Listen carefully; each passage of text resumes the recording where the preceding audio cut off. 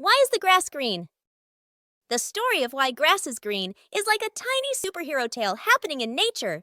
The hero of our story is a special substance called chlorophyll, which is found in the cells of plants, including grass. Chlorophyll is like a tiny green warrior in each blade of grass. Its job is to help the plant to make its food using sunlight in a process called photosynthesis. Think of chlorophyll as a little solar panel, capturing sunlight. Now, sunlight is made up of many colors. Remember the rainbow? But chlorophyll is picky. It mostly likes to absorb the red and blue light and doesn't really care for green light. So, what does it do with the green light? It reflects it away. When we look at grass, we're seeing the green light that's being bounced back by the chlorophyll. Since there's so much chlorophyll in grass, and it's so good at reflecting green light, grass looks very green to us.